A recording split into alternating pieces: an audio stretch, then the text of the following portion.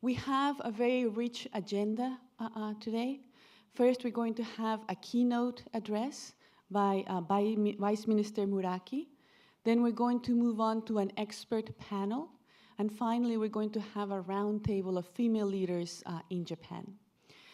And it was only possible to have such a rich agenda due to the generosity, the willingness of all the participants, the speakers, to come from far away. Many of them actually came from Japan, so they could be here this afternoon with us. Some of them came from closer, and some of them are actually local talent in Washington, D.C. But it's their willingness to share their expertise that has made this program possible. And as always, I want to thank the Center for Global Partnership for their support of the Japan Chair activities here at Brookings. It also enables us to bring to you these discussions, which we hope are useful to all of you. Now, let me say that at Brookings, we are deeply honored that Vice Minister Atsuko Muraki from the Ministry of Health, Labor, and Welfare has agreed to deliver the keynote. Vice Minister Muraki has had a very distinguished career. In Japan, only 2 females have ever been appointed to the rank of vice minister. Ms. Muraki is one of them. I think it's very important to follow her trajectory. She, after studying economics at Kochi University, Vice Minister Muraki joined the Ministry of Labor, and she held there positions of great responsibility. For example, as Director General of the Equal Employment, Children and Families Bureau, and Director General for Policies on a Cohesive Society at the Cabinet Office. I should also note that Vice Minister Muraki is a best-selling author, and I want to just show you a little bit the cover of her book.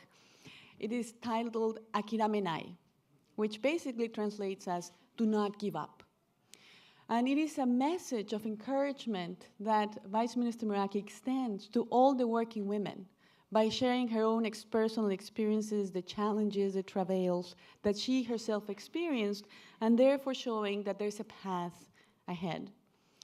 And I have read a part of the book. I must apologize, I have not read it entirely, but I have to say that the most powerful message I got from this book is that undoubtedly Vice Minister Muraki is a top elite bureaucrat. And yet, the lessons, the experiences that she's sharing with all of us really have a resonance with every professional woman out there. And I have to say, they reach not only women in Japan, but also women outside Japan. Because many of the insights that you offered in that book, I felt very closely applied to my own path. And I thank you very much for writing that book and for sharing your insights with us today.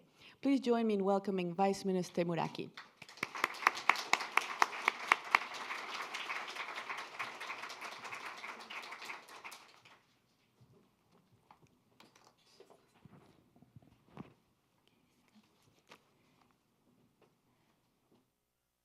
Ms. Solis, many thanks for kind introduction. Ladies and gentlemen, it's an honor to speak here at the Brookings Institution. I'd like to take the opportunity today to explain how the administration of Prime Minister Abe is seeking to promote greater participation by women in the economy and discuss the importance of this challenge. Before that, allow me to first briefly explain how I came to be in this role. In July, I was appointed Vice Minister of the Ministry of Health, Labor, and Welfare under the Abe administration. This is only the second time within the Japanese civil service that a woman has held such a vice ministerial position, and the first time in 16 years. I was honored to be offered the role. Naturally, I felt some nervousness and had to think seriously before accepting, as I fully recognized the importance of the challenge and the heavy responsibility. However, I immediately forced myself to overcome any such fears. I realized that this was a great opportunity to do what I have always been telling my young female coworkers to do, to see the opportunity to grow and assume greater responsibilities whenever it comes. This has always been my philosophy. I was born in Kochi, a small city in Japan's Shikoku region.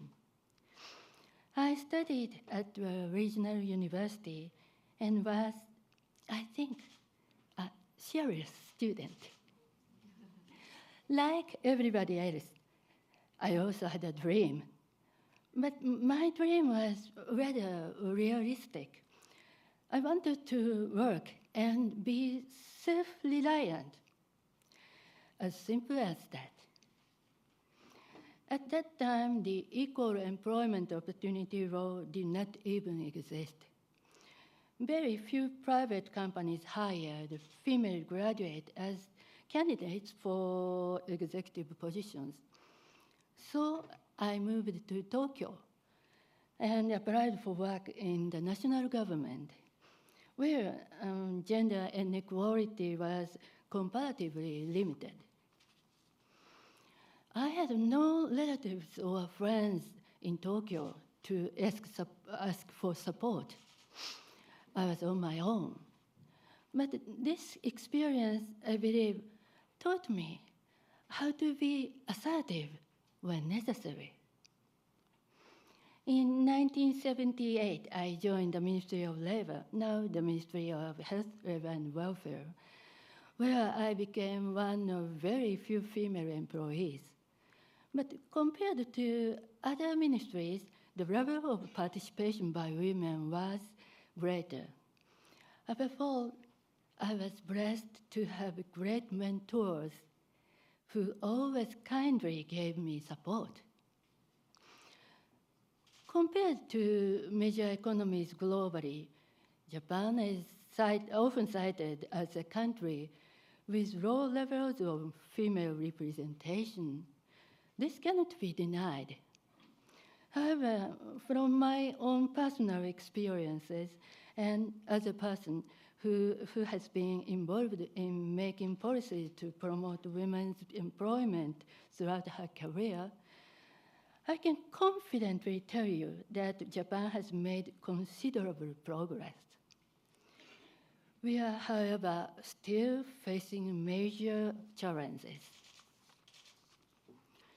Japan's workforce is now shrinking due to its low birth rate and aging population. It's a serious challenge that requires a serious, determined response. Many, including Prime Minister Abe, argue that for Japan to sustain economic growth, it is vital that we better integrate one of Japan's most underutilized resources, the skills, talents, and drive of its women. The demographic challenge is therefore a great chance for us to empower women. After firing the first two arrows from his Abenomics quiver, namely monetary expansion and fiscal stimulus, Prime Minister Abe announced that Japan revitalization strategy as the third arrow. Here, he stressed that creating a society in which women shine is at the core of his growth strategy. Let me briefly explain where we currently stand in terms of the participation level.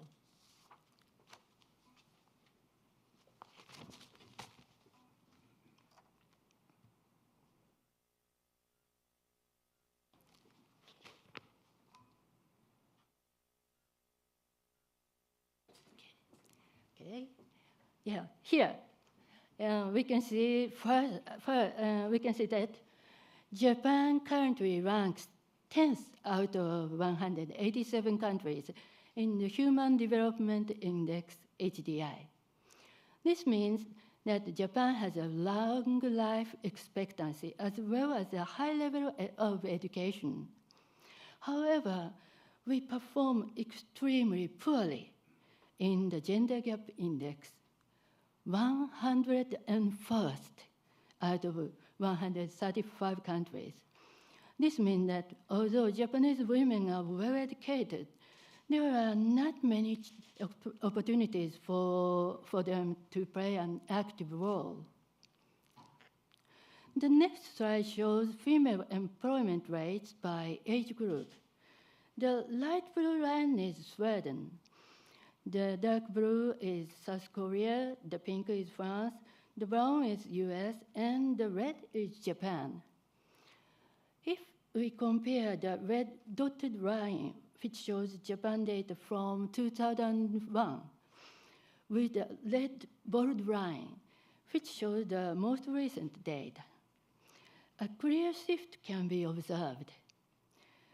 We still follow the M shape, but we have taken great strides forward and will continue to do so. The M shape means that there is still a large proportion of women who leave the labor force when they get married or give birth to a child, and then rejoin the labor force once the child was grown and there's less burden of child rearing. Looking at the total fertility rates and female employment rates among selected OECD member countries, we see that North European countries, France, the United States, and Australia are performing well. In contrast, there are some countries that rank low on both rates. I think it is clear which side we'd like to be on. Prime Minister Abe has set a goal of increasing the number of women in leadership positions to 30% by 2020. This is what the numbers look like today in a few chosen sectors. For instance, the percentage of women who have reached director position and above in the National Civil Service, like myself, is only 2.6%. The data clearly shows the importance of making it easier for women to continue working and be promoted to higher positions. As I mentioned earlier, promoting women's participation in society is a key pillar of the nation's new growth strategy. First of all, among the efforts currently underway in Japan, Prime Minister Abe is now asking the private sector to raise the number of women holding executive positions. To start with, he has asked firms to appoint at least one woman to their boards. We have received positive feedback on such proposal from 3 major business organizations representing several thousands of companies nationwide. In fact, when I visited Mr. Yonekura, the chairman of the Japan Business Federation, for the first time as vice minister, our conversation began with how to promote the appointment of women to executive positions. This, I must tell you, is unprecedented. Questions regarding greater female participation have started to be raised in shareholders' meetings. Some companies are responding and setting clear goals and plans for appointing female executives. My colleagues at the ministry are also busy working closely with the private sector to promote this policy. Clearly, the effects of Prime Minister Abe's policies are being seen across different parts of the economy, demonstrating his leadership in seeking to achieve his goals. Second, it is also vital to ensure childcare is available to those who need it. In Japan, every family is eligible to apply for childcare arrangements. And at present, more than 2 million children are enrolled. The quality of service is equally high, regardless of income level. High-quality childcare was a major reason why I was able to continue working after giving birth. Like myself, there are many mothers who want to send their children to daycare center and return to work. However, in Japan, demand for childcare far exceeds supply, and waiting lists are very long. This shortage is a serious problem that is often cited as hindering women from participating in society. Demand is continuing to increase, and Prime Minister Abe has made resolving this issue a key part of growth strategy. The Abe administration has made it a goal to eliminate childcare waiting lists. To do so, we will ensure childcare is available to a further 200,000 children over the next 2 years. By 2017, when childcare demand is expected to peak, their additional childcare arrangement will be available to around 400,000 children to help address latent demand. By doing this, we expected to be able to raise the enrollment rate to the same level as Sweden or France. Realizing this aim will require substantial financing. Japan aims to ensure a stable revenue source for the improvement and stability of social security, at the same time as restoring our financial soundness. A key part of this strategy will be to direct consumption tax revenues. These should go not only to the medical treatments, pensions, and elderly care that are needed in our aging society, but also toward countering our falling birth rate. I myself, as the person leading the department in charge, have been involved in enacting related legislation. Third, it is important to develop a working environment that encourages men to play a more active role in parenting. Recently, a group of Diet members, including Health, Labor, and Welfare Minister Tamura, formed an unofficial non-partisan group called Ikumen Giren, or Union of Child-Raising Men in English. Another similar example is the Kosodate Dome, or Childcare Coalition, consisting of governors, including one who took paternity leave while in office. In Japan, men who actively play a role in raising their children are known as ikumen. This is a new term combining men with ikuji, the Japanese word for childcare.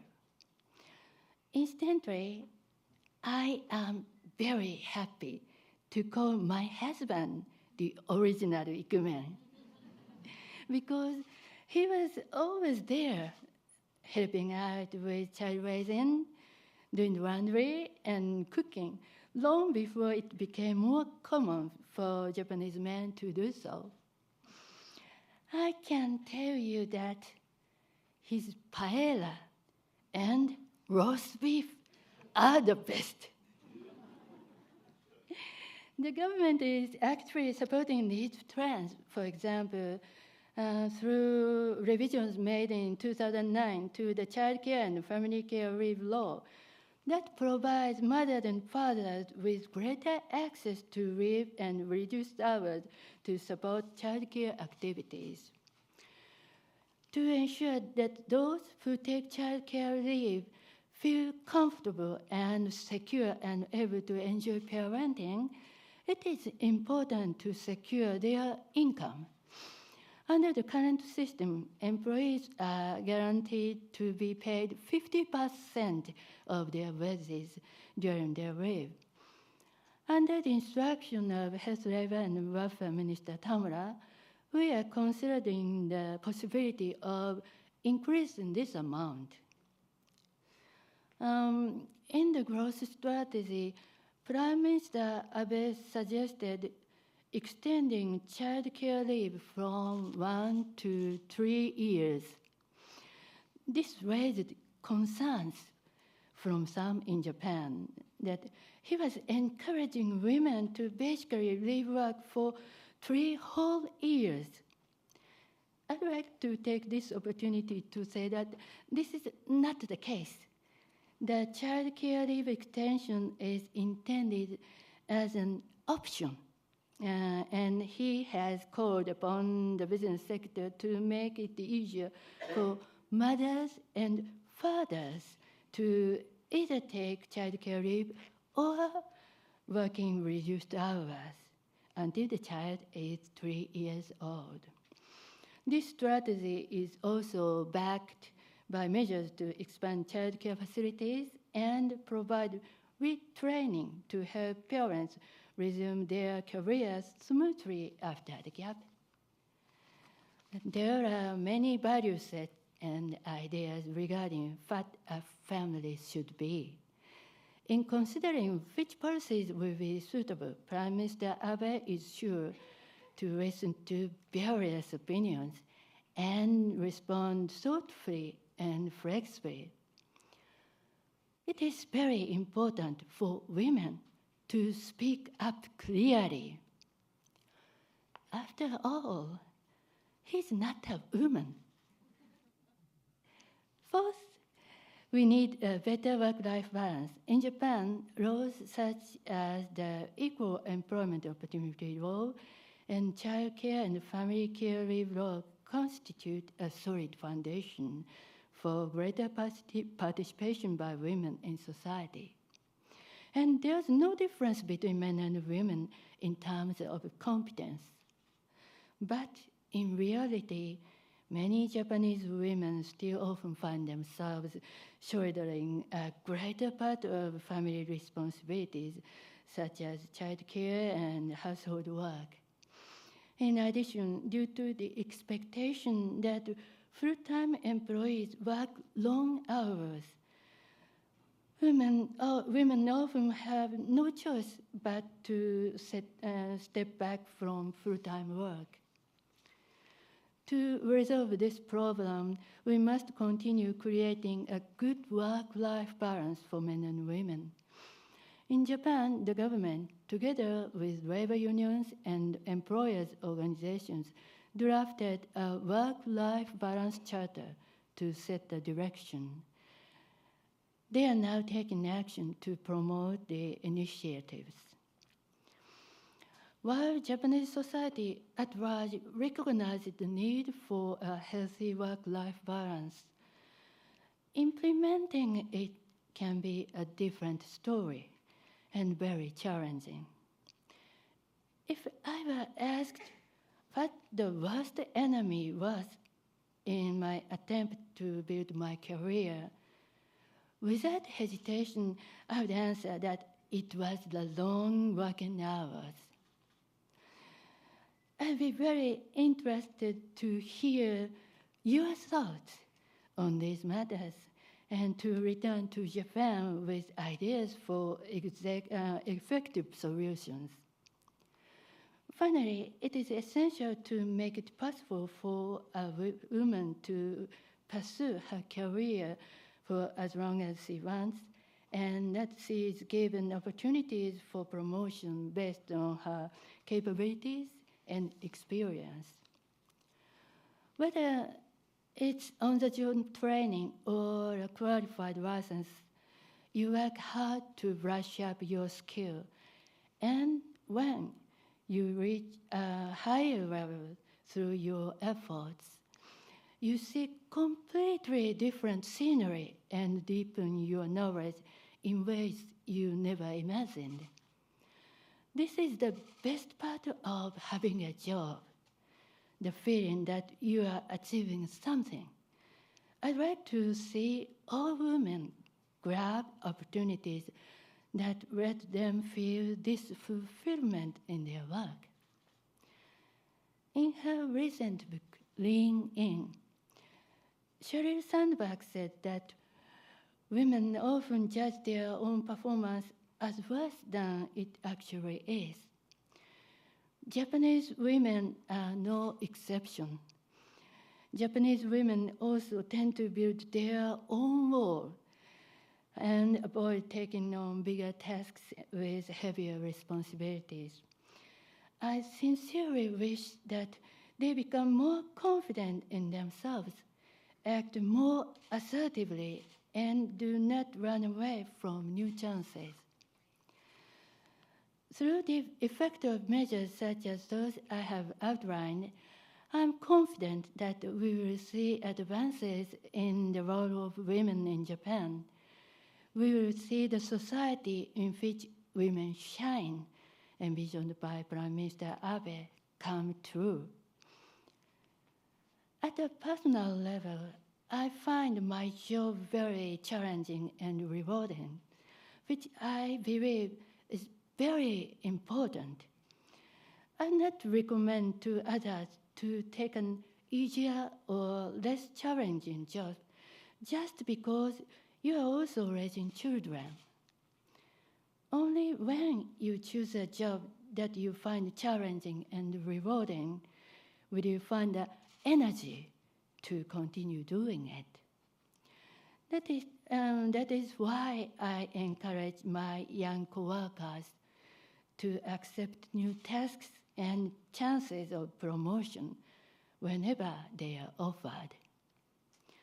In closing, I'd like to express a commitment. As a government employee creating policies under Prime Minister Abe, and as a working mother, I will do whatever I can to realize a society where having both a job and a family is perfectly normal for both men and women. Thank you very much.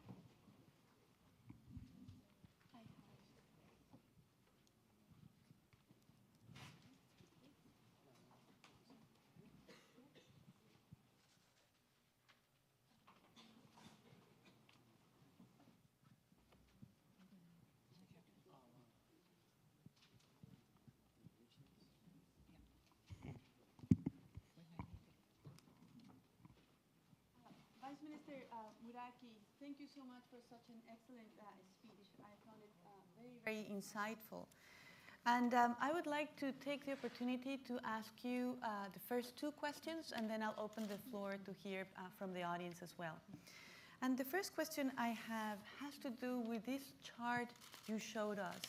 And when you remarked that the goal of Prime Minister Abe is for women to represent 30% in positions of leadership by the year 2020. And when you listed all the professions, I thought it was really striking that the National Service was at the bottom with just 2.6%. So it's a very big gap from 2.6% to 30%. So I was wondering, given that your whole career has been within the National Civil Service, if you could share with us why you think it's such a low number and what can be done to make progress towards the target. No, 一番厳しい質問が最初に来ましたけど、公務員っていうのは大変シニオリティシステムの強いところです。で、私が公務員になった時のことを思い出すと、全部の省庁、全部の職種を合わせて800人ぐらいが一緒に公務員になりました。そのうち女性がおよそ20人です。ちょうどさっきやった 2.6% の比率に近い数字です。で、今は例えば私の省だと、入ってくる新しく公務員になる人の3人に1人が女性です。ですからもう少し時間がかかりますが、もう確実にこの政府の中の女性の管理職、指導者の割合は増えてくると思います。Well, the toughest question first. Well, first of all, the National Civil Service in Japan has a very strong seniority system. When I first became a civil servant, when I recall, there were about 800 civil servants in that year. 800 people became civil servants that year, including all the ministries and agencies. Out of 800, only 20 people were female. So it is very close to the rate you just cited of 2.6%. However, currently in my ministry, 1 out of 3 new national civil servants are female. It will take some time, but definitely we will see the improvement of the ratio of the Japanese female civil servants taking the leadership role. It will take time, but it will happen. Thank you very much. And if I can ask just one more question, please. You mentioned in your speech that when you started working, the Equal Employment Opportunity Law was not yet in place, and that if you have that long-term perspective, things have indeed improved for women in Japan. But still significant challenges and differences and gaps remain. And I'm thinking in particular perhaps about the wage gap, and that women in Japan that do similar jobs are simply not paid at the same level as men. So I wonder, when you look at the Equal Employment Opportunity Law, what would you say in the 20 years plus since its enactment? What would you say are its main accomplishments? And where are the new frontiers so that the gaps can be closed? Would this require changes to the law or changes in the way it is implemented?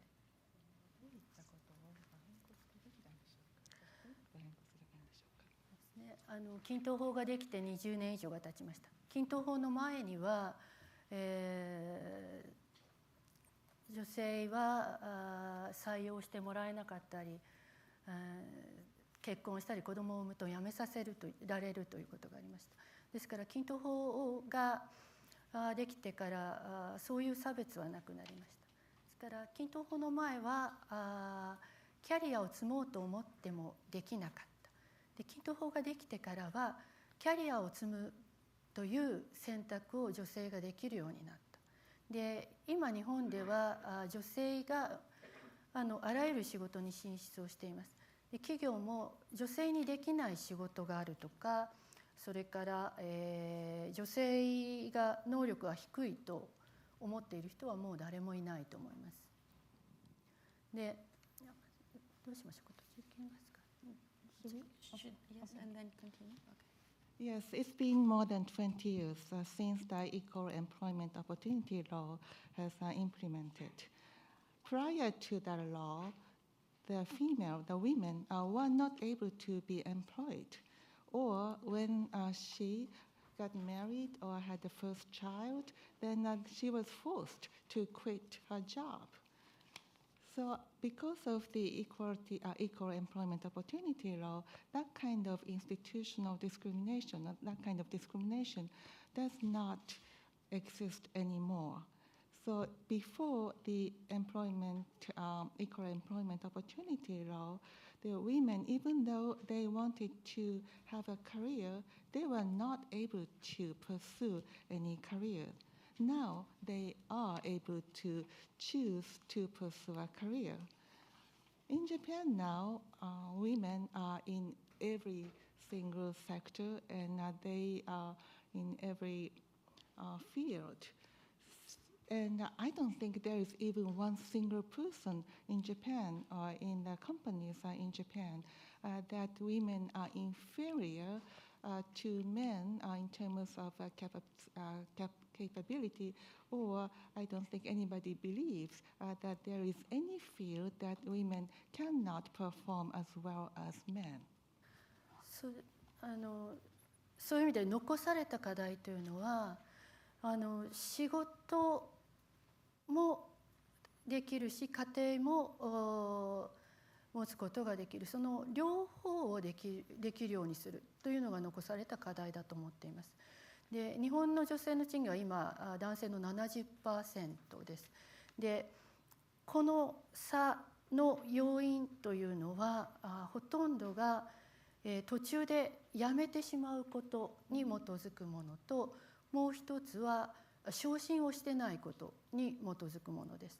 ですから一つは保育の制度をきちんとして仕事を辞めずに済む、ドロップアウトをしなくていい M 字カーブをなくすというのが一つ大事なこと。もう一つは企業の中で女性が昇進していくということを保障をしていく、プロモートをしていくということが課題だと思います。その意味では今のアベノミクスで安倍総理がやっている政策というのは非常に的を射ているというふうに考えています。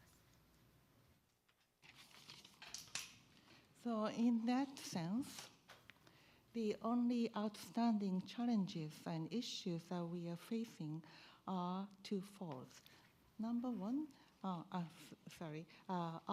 that we have to have a system, we have to have a society that women can have a career, can work, and at the same time can enjoy the family life, so work-life balance. Right now, the women's wage or the salary is only 70% of the men's. And the factors or the reasons for this gap is that women quit their work in the middle of the career. And there are two reasons for that. And that is the first factor.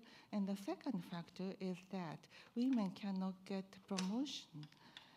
And in order to address these issues, we will have to have the enough daycare center system in Japan so that the women will not have to quit their jobs in order to raise their children, so that we can eliminate the letter M curve. And number two, the companies will have to have a system to make sure that women can get promoted. So they're encouraging the firms or businesses to promote women. In this sense, I believe the policy under the Abenomics are right on. Thank you so much, Vice Minister Muraki. So now I would like to open it to the floor for questions. Our time is very limited, so I will take 2 questions at a time. I'll ask you to be very concise, to wait till you get the microphone and identify yourself. So I have this lady over here and that lady over there. So wait for the mics, please, and then you can ask your question. Thank you. Thank you very much. My name is Sakura Namioka. I have 2 questions. How to become government employees? And the second, how they can be promoted? Thank you. Robin White from the Foreign Service Institute. When talking about Japan's demographics, 2 problems or 2 potential solutions are: one, more women in the workplace. Another is easing immigration. And those could be linked, because in this country, when women can't find daycare, which is all too often, they often hire nannies. Any chance of loosening up on immigration, which might help women?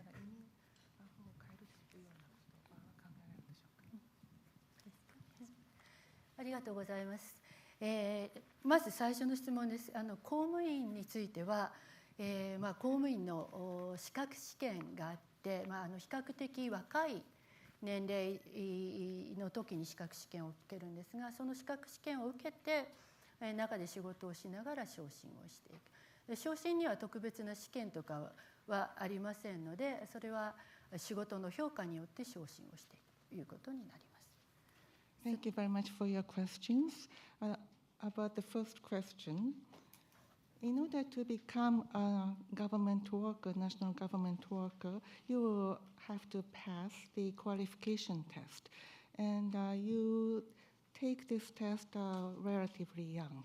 And once you are in a ministry or an agency, then you get promoted inside the ministry or agency.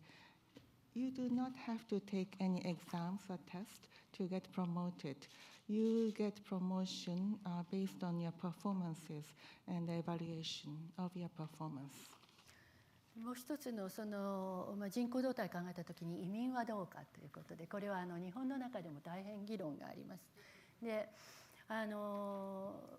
移民についての一つの懸念は、日本の中ではまだ女性の力が十分使われてないっていうことが問題になっているときに、先に移民を入れていいかどうか、これがかなり議論があるということと、それから、もう一つは差別やいろんな問題が起きないかどうか、日本がそれを受け入れるだけの文化的な土壌があるかどうかということです。で、デイケアセンターが見つからなければ何をという話がありましたが、日本でデイケアセンターに対する信頼度っていうのは非常に高い。今回子どものためのそういうサービスにかけるお金を消費税を財源にして 35% 増加をさせようということを政府は決めています。そうすると働く若い父親母親が安心して、子どもをデイケアセンターに預けて働くことができる、その環境は間もなく整うというふうに考えています。The second question about the immigration, considering the Japanese demographics, the discussions are going on, very heated discussions are going on in Japan now, whether we should have a more liberal or the open immigration policy. One of the concerns expressed during these discussions is that right now, the Japanese women are not utilized fully. They are underutilized. And is it a good idea to have more immigrants, to have a relaxed immigration policy while there is still talent and resources underutilized, which are women in Japan? So that is a very big controversy in Japan right now. Number two is a question of whether there will be no discrimination against the immigrants. The question is whether Japan is ready culturally to accept immigrants without any discrimination. Do we have that mental and cultural infrastructure in Japan? And the second issue you pointed out about hiring a nanny if you cannot find a daycare center, well, the trust level of the daycare center in Japan is very high, and they are very qualified. So right now, the plan is that for the daycare centers budget to subsidize the daycare center will be increased by 35%, funded by the consumption tax, so that the Japanese fathers and mothers who can work, Japanese fathers and mothers can work without worrying about their children while their children are going to be in the daycare center. And that environment is just about to be improved and about to be established. Thank you very much. So we have 5 minutes. I know someone who is very eager to pose a question, so the mic goes to her, but I also would like to hear from men in the room. Is there anybody, any of the men in the room that would like to ask a question to Vice Minister Muraki? Don't be shy. Well, I guess you got the... Yeah. I'm so sorry if it's 5 minutes. I don't deserve this opportunity, but I really, really thank you all. Especially Brookings. I've been a regular attendant here for the last few years, but I stopped coming here. But today is my subject of interest. So quickly, I know there's nobody to talk to, and I'm an ordinary person. I had worked for Radio Free Asia, and I don't work for them anymore. So I have some knowledge about things that are going on while working and researching and translating things. And so I'm glad that I'm out of it, because I don't have to carry the burden of knowing things and not being able to do anything. So my question is, or if there's no answer, at least please work on this. And I know Japan is like all the powerful countries, very leading nations. So about a lot of youths here and different countries, about women.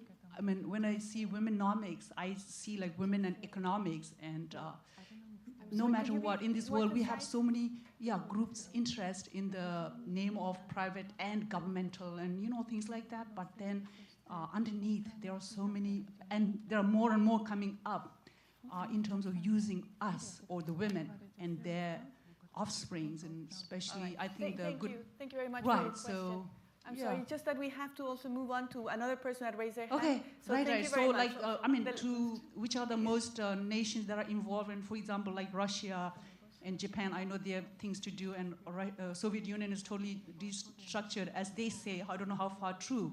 So like that, we need to do something, and is Japan doing anything? Okay. Or if not, will they take the lead role again? You made your point. Okay, thank you very much. So the last question of the afternoon. Hello, my name is Ruta Edis, and I'm from the Global Entrepreneurship and Development Institute.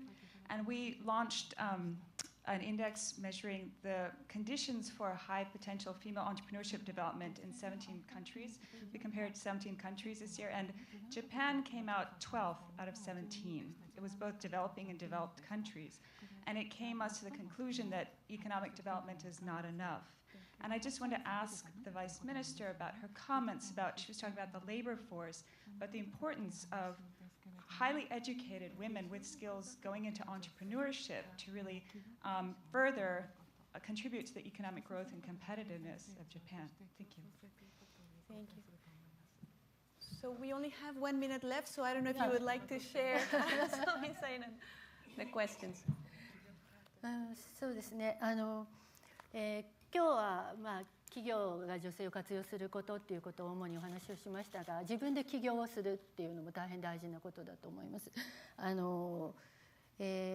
ベノミクスでも新しい産業を起こしていく、それから優秀な労働力をそこに移動させるということは大変大事なテーマになっていますので、女性の起業家の応援もしたいと思います。で特に今注目されているのは、少子高齢化社会が進んでいるので、その福祉の分野、社会的に意義の高い分野で、新しく事業を起こしていく、利益の追求だけではなくて、地域に貢献していくようなタイプの企業も大変注目をされていて、それを応援するという動きもありますので、そういった分野でも女性を応援をしていきたいと思っています。Yeah, thank you for your question. I have discussed mainly about the women workforce in the private sector or the government sector. However, it is also important that women become an entrepreneur and have their own business. And in the Abenomics, they are promoting and supporting to create a new industry and new businesses, and also promoting and encouraging to shift a very excellent workforce to a different sector. And now in Japan, because of the low birth rate and aging population, we are focusing on different kinds of the sector, new sector, which has a lot to do with social welfare and businesses which contribute to the society in a very great degree. So we are focusing on those businesses for the community-based businesses, and we are going to support this kind of entrepreneurship. Thank you so much. It has been a wonderful opportunity. I think we've all learned a great deal from Vice Minister Muraki, so please join me in thanking her for coming today. Thank you very much. Thank you so much.